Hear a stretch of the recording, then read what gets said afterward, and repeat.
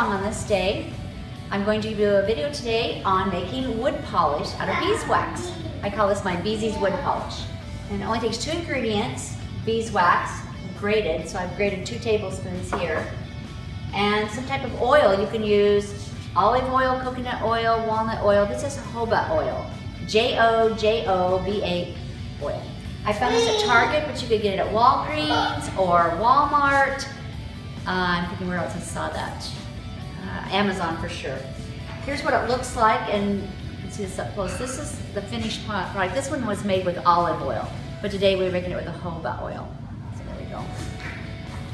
And it's great on furniture polish. So I'm going to melt 2 tablespoons, and then I'm going to add 2 of these, which makes half a cup of the oil to that. Mix it and let it sit up. That's it.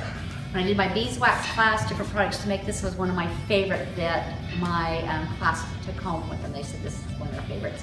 So we'll be right back after I melt this and show you what it looks like.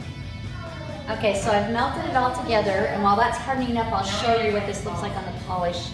All you need to do is take a cloth, get a little bit, just a tiny bit. Can you see that right there? Very little, and you're going to rub it on the wood. That's why I got it here over on the wood. See the difference it makes? You can see these kind of, just a little bit goes a long way.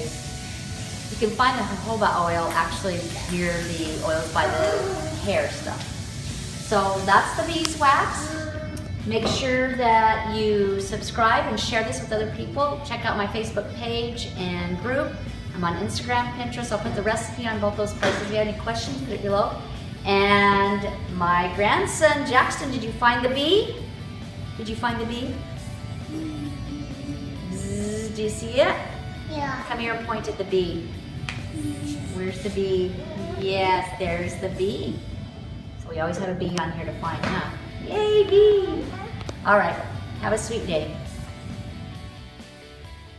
Here we are with some vintage furniture. All my videographers at school. And this is the before. I'm going to put some of this on there, and we'll see what happens.